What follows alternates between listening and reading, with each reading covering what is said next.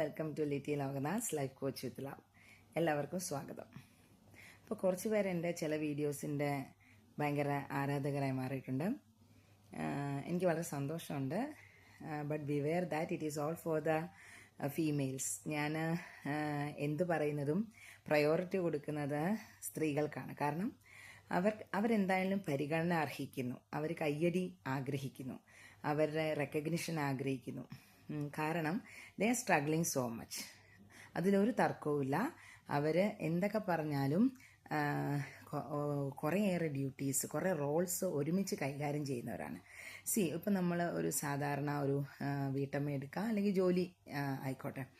What they are doing in the first time, രാവിലെ തന്നെ കിച്ചണിലോട്ട് കയറി കഴിഞ്ഞാൽ we are being welcomed with that waste bin അല്ലേ. അതങ്ങനെ തുറക്കുമ്പോഴുള്ള ആ ഒരു സ്മെല്ല് തന്നെ നമ്മുടെ അന്നത്തെ ദിവസം ഡിമോട്ടിവേറ്റഡ് ആക്കാൻ വേറൊന്നും വേണ്ട.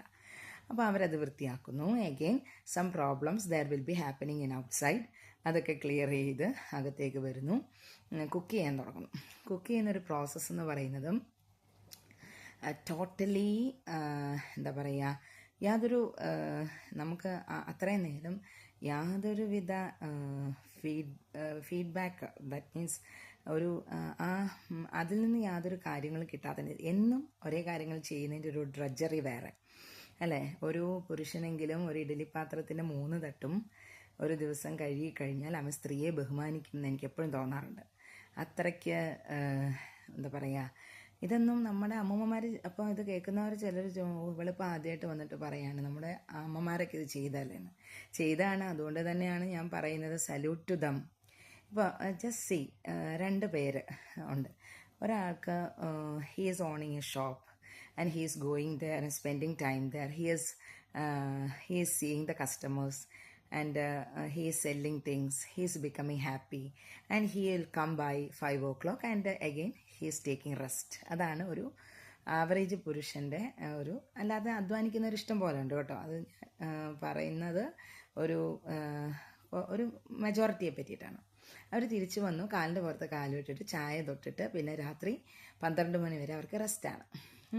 while at the same time what the woman is doing. അപ്പോൾ രാവിലെ 5 മണിക്ക് എഴുന്നേൽക്കുന്നു, ഈ പറഞ്ഞ കാര്യങ്ങൾ ചെയ്യുന്നു, കുക്കിംഗ് ഒക്കെ റെഡിയാക്കുന്നു. ഇനി ചോറെടുക്കുക എന്നുള്ളൊരു ചടങ്ങുണ്ട്. അത് അങ്ങോട്ട് എടുത്ത് കഴിയുമ്പോൾ ഈ പാത്രങ്ങളെല്ലാം കാണുമ്പോൾ തന്നെ നമ്മുടെ കണ്ണൊക്കെ മൗഗ്ലിയുടെ കാർട്ടൂണിലെ പോലെ കണ്ണൊക്കെ ഒരു കറങ്ങും.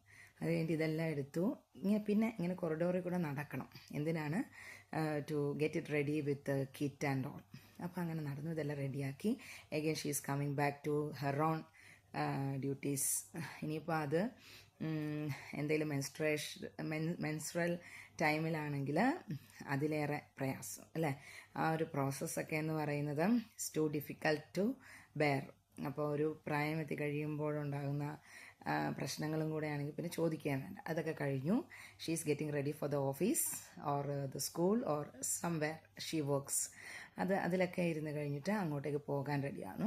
അപ്പോൾ റെഡി ആയാലും ഇദ്ദേഹത്തിന് വേണ്ട കാര്യങ്ങളൊക്കെ, അല്ലെങ്കിൽ മക്കൾക്ക് വേണ്ട കാര്യങ്ങളൊക്കെ ഒരുക്കുക, മക്കളുടെ ടിഫിനൊക്കെ റെഡിയാക്കി, അല്ലെങ്കിൽ ലഞ്ച് ബോക്സൊക്കെ റെഡിയാക്കുക. അതൊക്കെ ഒരു ഹെർക്കൂലിയൻ ടാസ്ക്കാണ്. ഇത് പറയുമ്പോൾ പെട്ടെന്ന് തീരുമെന്നേ ഉള്ളൂ. ഒന്ന് വാച്ച് ചെയ്താൽ അറിയാം അതിൻ്റെ ഒരു എത്ര ടൈം സ്കെഡ്യൂൾ എത്ര ശരിയാക്കി വെച്ചെങ്കിലാണ് ആ സമയം കീപ്പ് ചെയ്യാൻ പറ്റുന്നത്.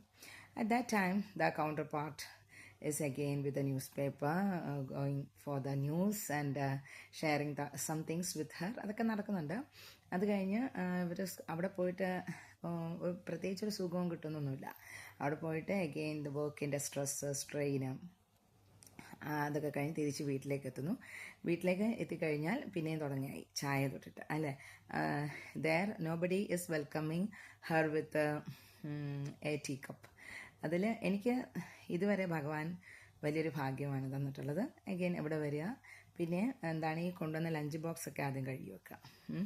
Again it will be accompanied with many utensils in the breakfast time as well as the lunch time. അതെല്ലാം റെഡിയാക്കി വെക്കുക, വിളക്ക് കത്തിക്കുക, അങ്ങനത്തെ ഇതൊക്കെ കഴിയുമ്പോഴത്തേക്കിനും again she starts the next day's cooking. അതിൻ്റെ ഇടയിൽ കൂടെ പല തരത്തിലുള്ള തുണി മടക്കി വെക്കുക. ഇങ്ങനെ the duties are never ending. At the same time the male is taking rest. അപ്പോൾ ചിന്തിച്ച് നോക്കുക, ആ സ്ത്രീകൾ എന്തായാലും ബഹുമാനം അർഹിക്കുന്നു, സ്നേഹം അർഹിക്കുന്നു. അപ്പോൾ അവളുടെ പുരുഷനെ പരമാവധി അവളെങ്ങനെ യൂട്ടിലൈസ് ചെയ്യാം for the comfort of her, അതാണ് ഞാൻ ഉദ്ദേശിക്കുന്നത്. I need maximum happiness for the females. അതാണ് ഞാൻ ഫെമിനിസം എന്ന് കരുതുന്നത്. So thank you so much.